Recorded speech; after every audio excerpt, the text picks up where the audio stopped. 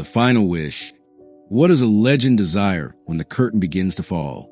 Just weeks before his final breath, the world of rock lost its heartbeat. Ozzy Osbourne, the immortal voice that roared through generations, the godfather of heavy metal, was gone at 76. With his passing, an era ended, but not quietly. Ozzy was never simply a singer. He was a storm, wild, unpredictable, and magnificent. He took noise and molded it into meaning, chaos, and turned it into a kingdom. His death sent shockwaves through every corner of the world.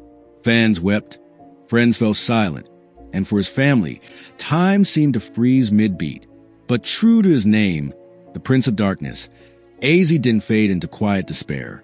He left the same way he lived, loud, fearless, unforgettable. Those last weeks were marked by silence that felt heavy, sacred. The Osbourne estate, tucked deep in the countryside, seemed suspended in stillness. Curtains swayed in soft breeze. Clocks ticked slower. Inside, Sharon sat beside her husband, her hand resting gently over his trembling fingers. The man who once commanded arenas with fire and fury now spoke in whispers, not for lack of thought, but because his body could no longer keep up. Parkinson's had stolen his movement piece by piece. A cruel thief that crept in without mercy.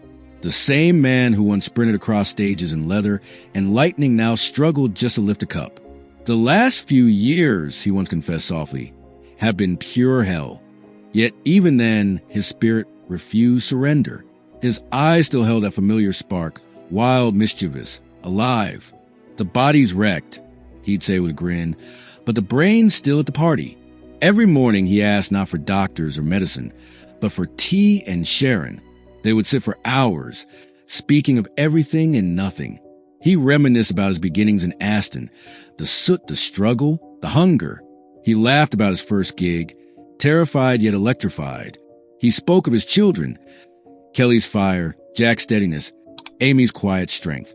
Then one night, his voice grew soft. "Promise me," he whispered. "They'll remember the fire, not the flicker." Sharon held his hand tighter. For decades she had stood through his chaos, his battles, his rebirths. But this was different. His body was failing, yet his soul was ablaze. And then came the night he made the request that would change everything. His final wish, one last act of rebellion from a man who had lived defying death itself. What did Ozzy Osbourne ask for in those final weeks? And how far would Sharon go to make it real? The vow of fire. For over 4 decades, Sharon Osbourne had been more than just Ozzy's wife. She was his armor, his compass, and his fiercest believer. When the world turned its back on him, she built him a stage. When his demons tried to drown him, she pulled him back to the surface. But now, as the man she loved lay fading, their roles reversed. It was Sharon's turn to fight and fulfill a dying dream. That summer, time moved differently in their home. Doctors whispered caution. Friends urged acceptance. And even Ozzy, in his moment of doubt, told her to stop. "Don't make me a fool, Sharon," he murmured one night. But she only smiled faintly and said, "You're not finished, not until the music stops." From that moment on, she became unstoppable. Behind closed doors, Sharon began crafting something that seemed impossible. A miracle stitched together with grief and determination. She made calls to managers, producers, doctors. Every no only sharpened her will. She wasn't chasing glory. She was chasing peace. Ozzy's peace. Ozzy was too weak to stand. His hands trembled with every breath. Yet his mind still hummed with rhythm. When he couldn't sing, he whispered the lyrics. When he couldn't hold a microphone, she wrapped her hands around his and whispered, "Then we'll hold it together." Each night she rehearsed with him, softly, patiently. Every cracked note became a victory. Every broken breath, a step closer to the impossible. Sharon knew what he wanted. One final show. One night where the world could remember not the illness, but the fire, the man who turned pain into power. The world had seen Sharon manage legends and run empires. But this was different. This wasn't business. It was love, raw and relentless. She was battling against time itself. Try to gift him one last moment of freedom before the inevitable. When Ozzy's strength waned, she reminded him, "You've sung through worse, love. The stage isn't just where you perform. it's where you live. And with every fragile sunrise, the plan grew more real. A venue, a date, a night of rebirth. When she finally stood before him, clutching her notes, her voice didn't tremble. "It's happening," she said softly. "Birmingham, July 5th. Your night, your roar." Ozzy's tired eyes lifted, and for the first time in months he smiled, that crooked, beautiful grin that once set arenas ablaze. He didn't need to speak. She already knew. But to understand why this final performance mattered so deeply, we have to go back to where the storm began, born from the noise.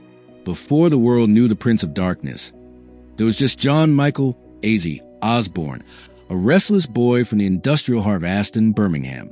Born into soot, struggle, and the echo of factory hammers, Ozzy's world was small. Brick walls, cold streets, and dreams that seemed too heavy to carry. His family had little. His school offered less, and his mind, tangled with undiagnosed dyslexia, made him feel invisible. At 17, he was lost, a boy who had slipped through the cracks, serving time behind bars for a petty theft. But even in that darkness, something stirred inside him. Sound. Not just melodies, but rebellion, rhythm, electricity. Music didn't rescue him. It remade him. When he met Tony Iommi, Geezer Butler, and Bill Ward, something powerful ignited. In 1968, they formed Black Sabbath, a band that would fracture the walls of convention and carve the birthstone of heavy metal. Their sound was raw, menacing, and entirely new. Guitars that growled, drums that thundered, and Ozzy's haunting voice threading through it all. Critics dismissed him at first, calling the music too dark. But the youth of the time heard something true. Their rage, their alienation, their soul. Songs like Paranoid Iron Man and War Pigs weren't just music. They were battle cries. For the first time, the misunderstood had a prophet, and that prophet screamed from the depths of chaos. But the same fire that made Ozzy great also burned him from within. Fame brought fortune, and demons, addiction, excess, and exhaustion followed him like shadows on stage. By 1979, Sabbath let him go, convinced he was finished. The world thought his story had ended. But Ozzy Osbourne had never been one for quiet endings. In 1980, reborn and reckless, he returned with Blizzard of Oz, the album that would crown his solo reign. With Randy Rhoads at his side, he gave the world Crazy Train and Mr. Crowley. Each note proved he wasn't just surviving, he was conquering. The years that followed were chaos wrapped in brilliance, sold-out tours, iconic anthems, public breakdowns, and countless rebirths. Even as time took its toll, his voice never lost its fire, that unfiltered mix of pain and poetry that could shake both hearts and heavens. He once said, "I never sang to be famous. I sang because it was all I had left." That truth carried through every era, from No More Tears to Mama, I'm Coming Home. Through every rise and fall, Ozzy wasn't just building career. He was building a legacy of survival. But as the years caught up and his body began to fail, Ozzy's story was far from over. Because one city, his city, was preparing to welcome him home.